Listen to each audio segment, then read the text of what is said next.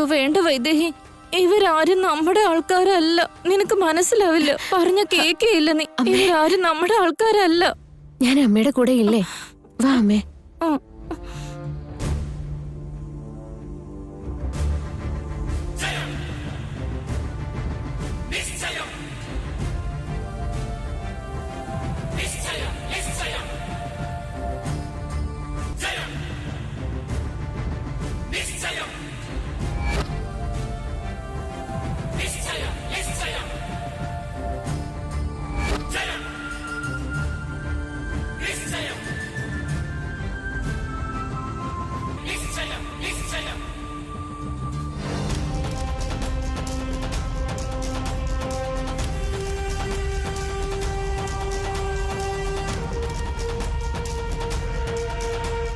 കൗസല്യേ, ചെയ്യേണ്ട കാര്യങ്ങൾ എന്താന്ന് വെച്ചാൽ വേഗം ചെയ്യ്.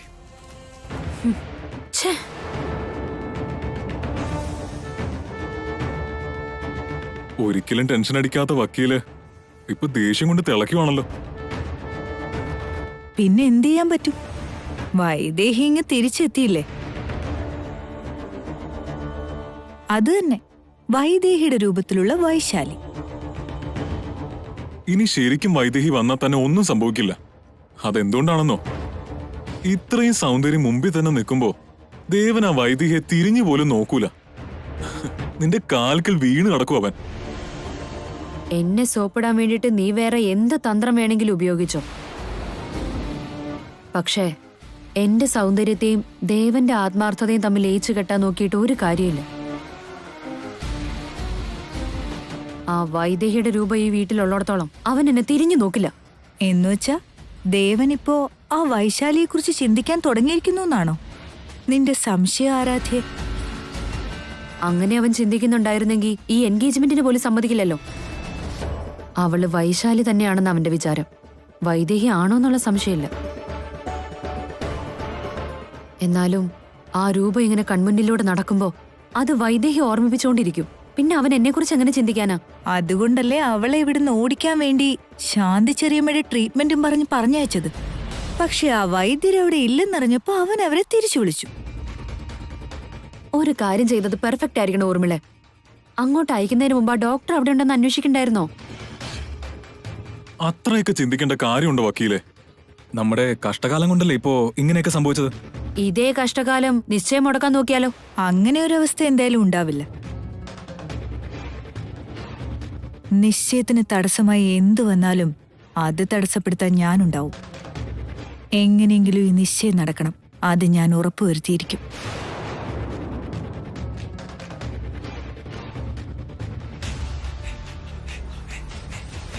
ഈ സൗന്ദര്യമാണോ ആ മണ്ടൻ ദേവൻ വേണ്ടെന്ന് വെക്കുന്നേ?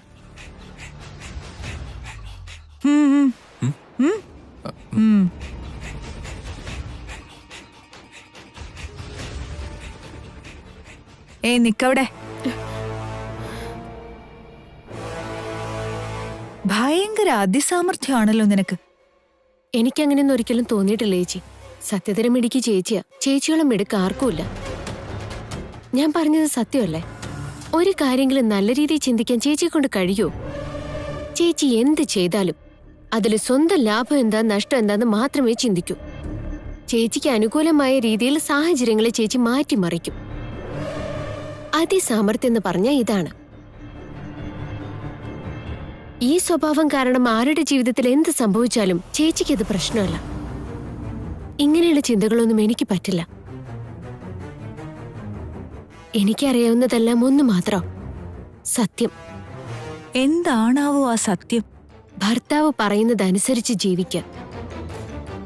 എന്റെ ദേവേട്ടൻ പറഞ്ഞൊരൊറ്റ വാക്കിന്റെ പുറത്താ അമ്മയും കൊണ്ട് ഞാൻ അവിടേക്ക് പോയത്. ആ സത്യത്തിൽ അധിഷ്ഠിതമായി ജീവിക്കുന്നതുകൊണ്ടാ ആ ദൈവം ദേവേട്ടനെ കൊണ്ട് തന്നെ എന്നെ അമ്മയെ ഇങ്ങോട്ടേക്ക് തിരിച്ചു വിളിപ്പിച്ചത്. പക്ഷേ ഇതേ ദേവനാണ് നീ എന്റെ വൈദേഹിയല്ലാന്നും വൈശാലിയാണ് ഇറങ്ങിപ്പോന്നും പറഞ്ഞത്. എന്നിട്ട് അപ്പൊ എന്തുകൊണ്ട് പോയില്ല? ഭർത്താവ് ദേഷ്യപ്പെട്ട് കാര്യം തിരിച്ചറിയാതെ സംശയിക്കുമ്പോ വീട്ടിൽ നിന്ന് പോയെന്നൊക്കെ പറയും. ഉടനെ ഭാര്യ അങ്ങ് ഇറങ്ങിപ്പോവരുത്. അതും ഭാര്യയുടെ ധർമ്മമാണ്. സത്യമേതാ മിഥ്യ ഏതാണെന്ന് തെളിയിച്ചു കൊടുക്കണം.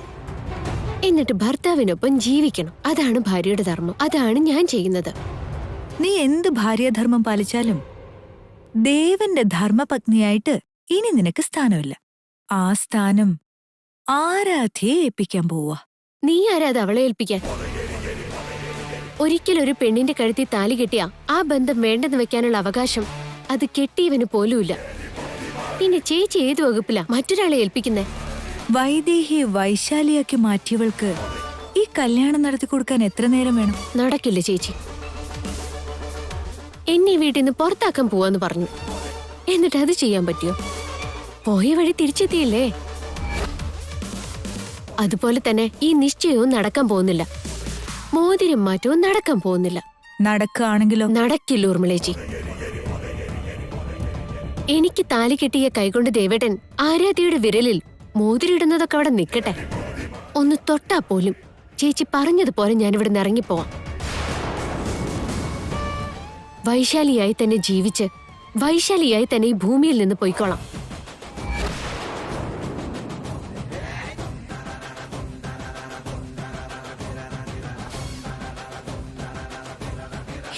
ഇവളുടെ കോൺഫിഡൻസ് എന്താന്നാ മനസ്സിലാവാത്ത.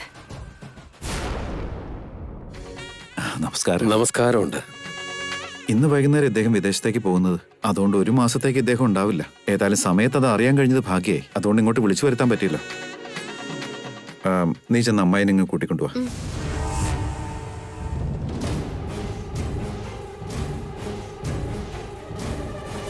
വൈദേഹി ഇവിടുന്ന് പുറത്തു ചാടിക്കാൻ വേണ്ടിയാ ഞാൻ കഷ്ടപ്പെട്ടത്. ഒടുവിലത് ശാന്തി ചെറിയമ്മയുടെ ചികിത്സയ്ക്ക് ഉപകാരപ്പെട്ടതുപോലായല്ലോ. നിനക്കൊന്നും പറ്റിയില്ലല്ലോ? പറ്റിയില്ലമ്മേ. ഒന്നും പറ്റിയില്ലല്ലോ വൈദേഹി. ഇല്ലമ്മേ. എന്നെ ഇട്ടേച്ച് നീ എവിടേക്കും പോയേക്കല്ലേ? എന്റെ കൂടെ തന്നെ ഉണ്ടാവണം. എന്നെ മുറുക്കി പിടിച്ചോ, വിട്ട് കളയരുതട്ടോ. ശരി. നിനക്കൊന്നും പറ്റിയില്ലല്ലോ? ഇല്ലമ്മേ. ആരാ ഇയാള്? ഞാൻ പറയാ. ഇരിക്കമ്മേ.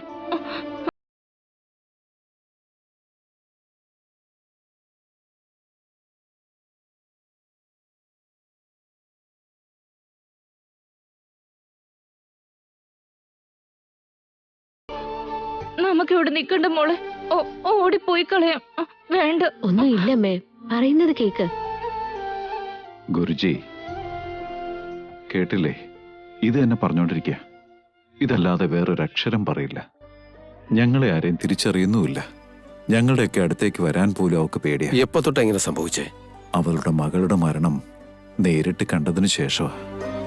എനിക്ക് മനസ്സിലായി. പക്ഷേ ഈ പെൺകുട്ടിയോടൊപ്പം നല്ല രീതിയിലാണല്ലോ. ചെറിയമ്മയുടെ മോൾക്കും ഈ പെൺകുട്ടിയുടെ അതേ ഛായയായിരുന്നു. അതുകൊണ്ട് ഇവള് മോളാന്ന് വിചാരിച്ചുകൊണ്ട് ഇവളോട് മാത്രമേ പുള്ളിക്കാരി സംസാരിക്കൂ. അതുകൊണ്ടാ ചെറിയമ്മയെ ശുശ്രൂഷിക്കാൻ വേണ്ടി ഇവളിവിടെ പണിക്ക് വെച്ചത്. ആ പെൺകുട്ടിയെ ഇവിടെ പണിക്ക് നിർത്തിയിരിക്കുകയാണെന്നല്ലേ നിങ്ങൾ എല്ലാവരും വിശ്വസിച്ചിരിക്കുന്നത്? പക്ഷെ അല്ല. ആ പെൺകുട്ടിയാണ് ഇവരുടെ ചികിത്സയ്ക്ക് വേണ്ടിയുള്ള ധന്വന്തിരി.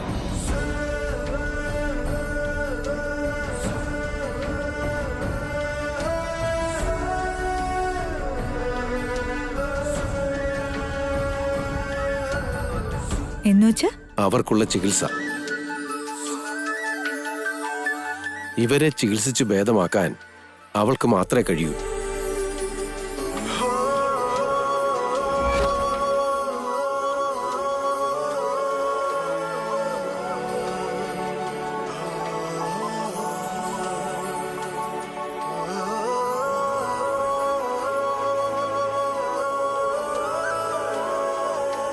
ഈ കുപ്പിയിലെ പൗഡർ ദിവസവും 1 സ്പൂൺ പാലിലോ വെള്ളത്തിലോ കലർത്തി 2 നേരം കൊടുക്കണം. ഇവരുടെ ശരിക്കുള്ള ചികിത്സ നീയാണ്. ആ ചികിത്സയ്ക്ക് ഈ മരുന്ന് വെറും ഒരു മാധ്യമം മാത്ര. നിന്റെ സ്നേഹവും കരുതലും ഇതുപോലെ എന്നും ഉണ്ടായാൽ ഉറപ്പായും അവർ സുഖം പ്രാപിക്കും. എത്രയും പെട്ടെന്ന് അവരിൽ മാറ്റങ്ങൾ ഉണ്ടായി തുടങ്ങും. അത് നിങ്ങൾക്ക് കാണാനും സാധിക്കും.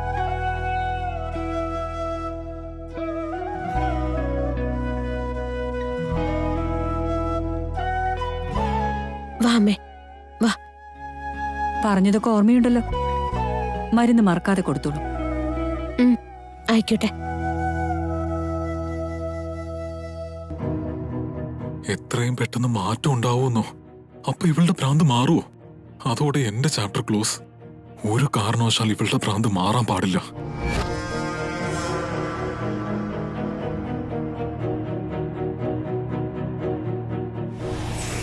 ആ, എന്താ? എന്തിനാ വിളിപ്പിച്ചേ? ഇന്നലെ രാത്രി നീ എന്തൊക്കെയോ പറയുന്നുണ്ടായിരുന്നു. ആ പണി നിനക്ക് ഇപ്പൊ ചെയ്യാൻ പറ്റുമോ? ഇന്നലെ നിന്നോട് ഞാൻ പല കാര്യങ്ങളും പറഞ്ഞു. അതില് ഏതാന്ന് വെച്ചാ ഞാൻ ഓർത്തിരിക്കുക. ഓർമ്മയുള്ളത് എന്താന്ന് വെച്ചാ പറ. നീ നേരം വെളുത്ത ഉടനെ ബ്ലാക്ക് നൈറ്റ് ഇട്ട് ഒരു ബ്ലാക്ക് കോഫി കയ്യിൽ പിടിച്ച് എന്റെ മുമ്പിലൊന്ന് നിക്കില്ലേ? അപ്പൊ നീ എന്ത് ഹോട്ടായിരുന്നോ. അതിനുശേഷം നീല കളറിൽ പച്ച ബോർഡറുള്ള സാരി, ഒടുക്കത്തെ ഭംഗിയായിരുന്നു. ഹോട്ട് എന്ന് പറഞ്ഞ ടു ഹോട്ട്. പക്ഷേ അതിലെന്തോ വെള്ളം വീണെന്ന് പറഞ്ഞ് നീ അത് മാറ്റിക്കളഞ്ഞു. എന്നിട്ട് ഇത് കൊടുത്തു. ഓക്കെ, ഈ സാരിയും അടിപൊളിയാട്ടോ, സൂപ്പർ ഹോട്ട്.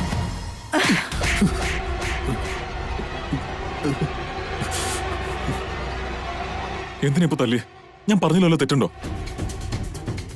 അതുകൊണ്ടല്ലേ തല്ലു മേടിച്ചത്. ഇത്തരം വേണ്ടാത്ത കാര്യങ്ങളൊക്കെ കൃത്യം ഓർത്തിരിക്കും. ഇന്നലെ പറഞ്ഞ പ്രധാനപ്പെട്ട കാര്യം അവനങ്ങ് മറന്നു. ആ, ഇപ്പൊ ഓർമ്മ വന്നു. വേണമെങ്കിൽ പറ, വൈദേഹിയെ തട്ടിക്കൊണ്ട് പോവാന്ന് പറഞ്ഞു. ഒരെണ്ണം കിട്ടിയാലേ തലച്ചോറ് വർക്കാവൂ അല്ലേ? അതിരിക്കട്ടെ, ഇപ്പൊ എന്തിനാ നീ അത് ചോദിച്ചേ? ആ പണി നിനക്ക് ഇപ്പൊ ചെയ്യാൻ പറ്റൂ? എന്ത്? ആ വൈദേഹിയെ നിനക്ക് ഈ വീട്ടിൽ നിന്ന് ഇപ്പൊ ഒന്ന് മാറ്റിത്തരാൻ പറ്റുമോ? ഇപ്പോഴോ? ചെയ്യാൻ പറ്റുമെന്ന് പറ. വൈദേഹിയെ തട്ടിക്കൊണ്ട് പോയാ ഭ്രാന്തിയെ കൺട്രോൾ ചെയ്യാൻ പറ്റില്ല, വേണ്ടെന്ന് നീ തന്നെയല്ലേ പറഞ്ഞേ? ഷോ, ഇപ്പൊ നിന്നെക്കൊണ്ട് പറ്റൂയില്ലേന്ന് മാത്രം പറ. രാത്രി ആയിരുന്നെങ്കിൽ എല്ലാരും ഉറങ്ങുമായിരുന്നേനെ. പക്ഷെ ഇപ്പൊ എങ്ങനെയാ? വീട് മൊത്തം ബന്ധുക്കളും ആൾക്കാരൊക്കെ ഉണ്ട്. വരുൺ,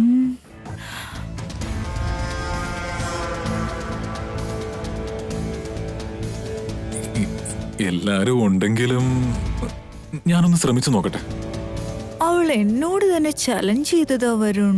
അവളെ നിശ്ചയത്തിന്റെ സമയത്ത് ഇവിടെ ഉണ്ടെങ്കിൽ ഞാൻ തോറ്റുപോകും. മുത്തേ, ഈ ഞാനുള്ളപ്പോ നിന്നെ ഞാൻ തോപ്പിക്കോ? ഒന്നുമില്ലെങ്കിലും നിശ്ചയം കഴിയുന്നവരെങ്കിലും അവള് വീട്ടിലുണ്ടാവരുത്. അവളെ അങ്ങ് ഇല്ലാണ്ടാക്കിയ നിനക്ക് വല്ല പ്രശ്നമുണ്ടോ? ഒരു പ്രശ്നവുമില്ല. ആരും കാണാതെ അവളെ ഞാൻ പുറത്തേക്ക് എത്തിച്ചു തരാം. അവിടെ നിന്ന് അവളെ പൊക്കിക്കൊണ്ട് പോവേണ്ടത് നീയാണ്. ചെയ്യാം ചെയ്യാം ചെയ്യാം.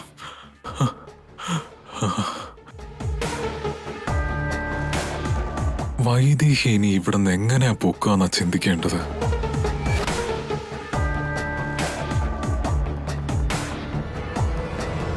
എന്റെ വൈദേഹി നിന്റെ അമ്മായിയമ്മയുടെ തലയ്ക്ക് ഓളമാണോ?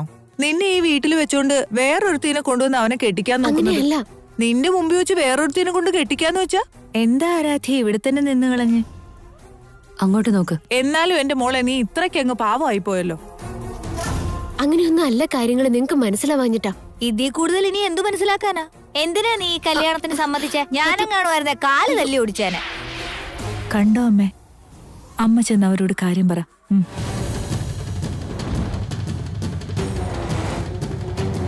നിങ്ങളെല്ലാവരും എന്നെ വൈദേഹിന്ന് വിളിച്ചതില് എനിക്ക് ഒത്തിരി സന്തോഷമുണ്ട്. എന്നാലും ഇവിടെയുള്ള ആരെയും വഴക്ക് പറയണ്ട. നീ എന്താ ഈ പറയുന്ന? ആന്റി, അവളെ കണ്ടിട്ട് നിങ്ങൾക്ക് വൈദേഹിയാണെന്ന് തോന്നുന്നുണ്ടോ? പിന്നല്ലാണ്ട് ഇത് വൈദേഹി തന്നെയാ.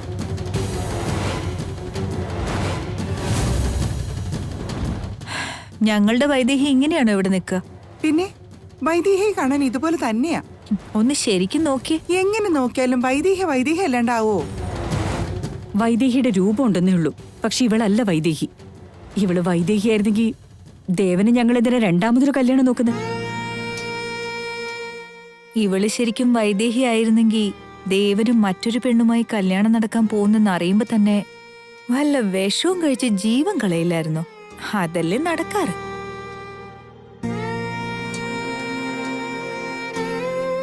പിന്നെ ഈ പെണ്ണാരാ? വൈദേഹിയെ പോലെ തന്നെ ഉണ്ടല്ലോ. ശാന്തിയെ ശുശ്രൂഷിക്കാൻ വേണ്ടി നിർത്തിയിരിക്കുന്നതാ. വൈദേഹിയെ പോലെ തന്നെ ഉള്ളതുകൊണ്ട് ശാന്തി കരുതിയിരിക്കുന്നത് ഇത് അവളുടെ മകള് തന്നെയാണെന്നാ. അങ്ങനെയെങ്കിൽ അവളൊന്ന് സമാധാനിച്ചോട്ടെ എന്ന് കരുതി. അല്ലാതെ ഇവള് വൈദേഹിയല്ല, വൈശാലിയാ. നിങ്ങളെല്ലാരും ആദ്യം ഇവളെ തെറ്റിദ്ധരിച്ചില്ലേ? അതാദ്യം ഇവള് മുതലെടുക്കാൻ നോക്കി. വൈദേഹി ആവാൻ ഒരു ശ്രമവും നടത്തി നോക്കി. പക്ഷെ ഇവള് വൈദേഹിയല്ല, വൈശാലിയാണെന്ന് തെളിയിക്കാൻ വേണ്ടി ഇവര് വിളിപ്പിച്ച ലോയറാണ് ഞാൻ. ഞാനാ ദേവനെ കല്യാണം കഴിക്കുന്നത്. വൈദേഹിയാണോന്ന് ഇവളോട് തന്നെ ചോദിക്കും.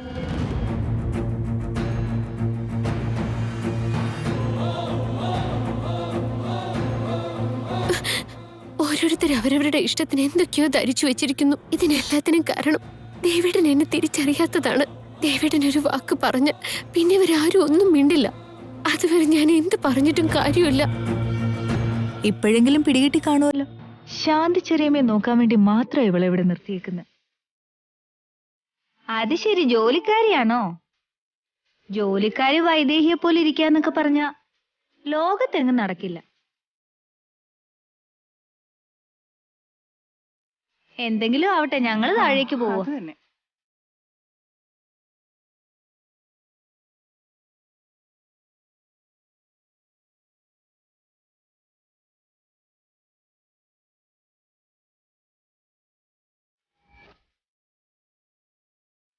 വിരുന്നുകാരുടെ ഇടയ്ക്കുള്ള നിപ്പ് മതി. നീ അകത്ത് ചെന്ന് വേറെ വല്ല പണിയും നോക്ക്. എന്തു പറയുന്നു അമ്മേ? ഞാനെന്ത് പറയാനാ? ഇവള് നോക്കേണ്ടത് ശാന്തിയുടെ കാര്യങ്ങളല്ലേ. അങ്ങോട്ട് ചെല്ലടി.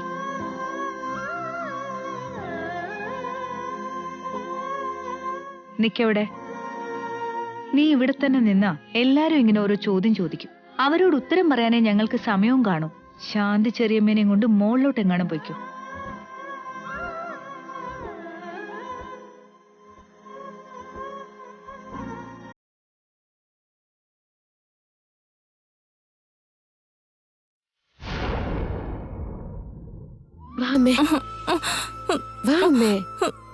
എന്തിനാ വൈദേഹി നീ എന്നെ മുകളിലേക്ക് കൊണ്ടുവന്നേ? അമ്മയ്ക്ക് നല്ല ക്ഷീണമല്ലേ? ഇല്ല, വേണ്ട. എന്നെ എന്തിനാ ഇവിടെ കൊണ്ടുവന്നേന്ന് പറ. അമ്മേ പറയുന്നത് കേക്ക്. താഴെ മുഴുവൻ ആൾക്കാരുടെ ബഹളമല്ലേ. ഇവിടെ നോക്കിയേ, നമ്മൾ രണ്ടുപേരും മാത്രമല്ലേ ഉള്ളൂ. അല്ല, നീ എന്നെ ഇവിടെ തനിച്ചാക്കി പോയി കളയും. നീ എന്നെ തനിച്ചാക്കി പോയി കളയും. ഇല്ലമ്മേ, ഞാൻ എങ്ങോട്ടും പോവില്ല. അമ്മയുടെ ഒപ്പം ഉണ്ടായിരിക്കും. അമ്മയുടെ തൊട്ടടുത്ത് തന്നെ. ഞാൻ എങ്ങോട്ടേലും പോവാണെങ്കിൽ അമ്മ ചോദിക്ക. വാ അമ്മേ. ഞാൻ പോവില്ല. അമ്മ കുറച്ചേരം അവിടെ ഇരുന്നേ. അവിടെ ഇരിക്കെ. നീ എന്റെ കൂടെ ഇവിടെ തന്നെ ഉണ്ടാവില്ലേ? ഉണ്ടാവും അമ്മേ, ഇവിടെ തന്നെ. അമ്മ കിടന്നുറങ്ങിക്കേ. കിടക്ക, പറയുന്നത് കേക്കമ്മേ. ഇവിടെ തന്നെ ഉണ്ടാവുമല്ലോ. എന്നെ ഇട്ടിച്ച് പോവില്ലല്ലോ. ഇവിടെ തന്നെ ഉണ്ടാവും. എന്നെ വിട്ട് എങ്ങോട്ട് പോവില്ലല്ലോ. എവിടേക്കും പോവില്ല. എന്റെ വൈദേഹി ചക്കര പെണ്ണ.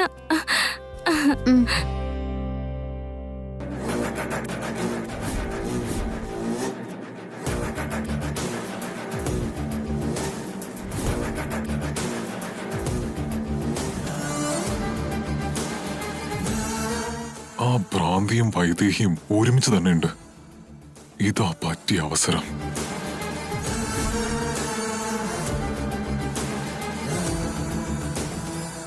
അമ്മയുടേതും എന്റേതും ഒരേപോലത്തെ തലയിലെഴുത്താന്ന് തോന്നുന്നു. അച്ഛൻ മരിച്ചു പോയതുകൊണ്ടാ ബന്ധുക്കൾ അടുത്തുനിന്ന് അമ്മയ്ക്ക് പിരിയേണ്ടി വന്നത്. എന്റെ ഭർത്താവ് കൂടെയുണ്ടെങ്കിലും എന്റെ ഈ മുഖം എന്നെ എല്ലാവരിൽ നിന്നും അകറ്റി നിർത്തുന്നത്. എന്റെ പഴയ മുഖം മാറിയപ്പോ തുടങ്ങിയ കഷ്ടകാലം. എനിക്കെന്തിന് ഈ മുഖം തന്നെ കിട്ടണം? ഈ രൂപത്തിൽ തന്നെ മറ്റൊരാൾ എന്തിനുണ്ടാവണം? അവർക്ക് എന്റെ സ്ഥാനം കൈയടക്കാനുള്ള അതിമോഹം എന്തിനുണ്ടാവണം? അമ്മ ഇന്ന് ഇങ്ങനൊരു അവസ്ഥയിലായി തീരാനും എന്റെ രൂപം തന്നെയല്ല അമ്മയെ കാരണം. എന്തെങ്കിലും വലിയൊരു ആപത്തിൽ നിന്ന് രക്ഷപ്പെടുമ്പോ ദൈവം നമുക്കൊരു പുനർജന്മം നൽകിയെന്നാ നമ്മളെല്ലാരും കരുത്. പക്ഷെ ഇവിടെ അതിനോടൊപ്പം ഒരു നരകം കൂടി ഒന്നിച്ച് സമ്മാനിച്ചിരിക്കല്ലേ. എന്റെ ഭർത്താവിന് എന്റെ കൺമുന്നിൽ വെച്ച് മറ്റൊരു പെണ്ണുമായിട്ട് നിശ്ചയം നടക്കുന്നു. ഇതിലും വലിയൊരു നരകം ഏത് പെണ്ണിനുണ്ടാവും?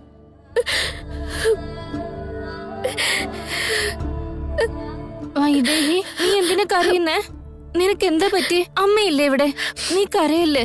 കരയല്ലേ? അമ്മയുള്ളപ്പോ കരയല്ലേ? നീ കരയരുത്. നിനക്ക് എന്തെങ്കിലും കുഴപ്പമുണ്ടോ? നോക്കമ്മേ, എനിക്ക് ഒരു കുഴപ്പമില്ല. നിനക്കൊന്നും പറ്റിയില്ലല്ലോ? എന്നെ ഈ ലോകത്ത് ആരും തിരിച്ചറിയാഞ്ഞിട്ടും എന്റെ അമ്മ എന്നെ തിരിച്ചറിഞ്ഞില്ലേ? എല്ലാ വിഷമങ്ങൾക്കിടയിലും ഇതാ എന്റെ സമാധാനം. ഈ ലോകത്ത് എന്നെ ഞാനായിട്ട് തിരിച്ചറിയുന്ന വ്യക്തി ഒരാളെങ്കിലും ഉണ്ടല്ലോ, അതും അതെന്റെ അമ്മ.